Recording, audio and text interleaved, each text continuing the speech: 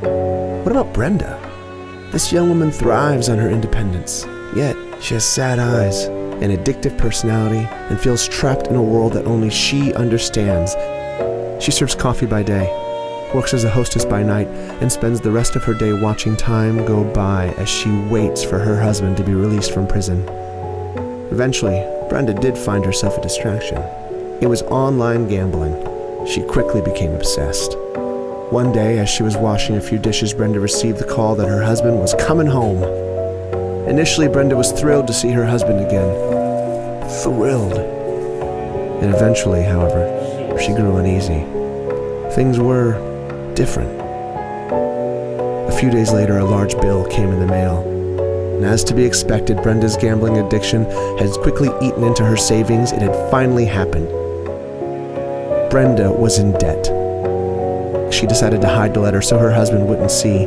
Brenda then grabbed her coat, her keys, and left. She walked around the city streets all day with no motive or destination. Things were supposed to be perfect again, but instead she was in debt. She didn't know what she was going to do.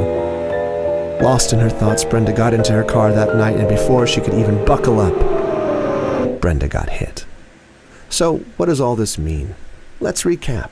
Had Brenda not been addicted to gambling, she wouldn't have been in debt. Had she not been in debt, Anthony wouldn't have been motivated to rob a bank.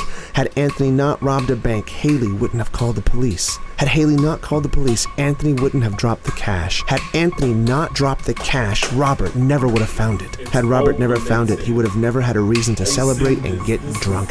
Had he never driven drunk, the accident would have never happened. I think what I'm trying to say is, we are all inevitably connected in some way. Every single one of us, all over the world. What one person does affects another. Like dominoes. One of us falls, and the other follows.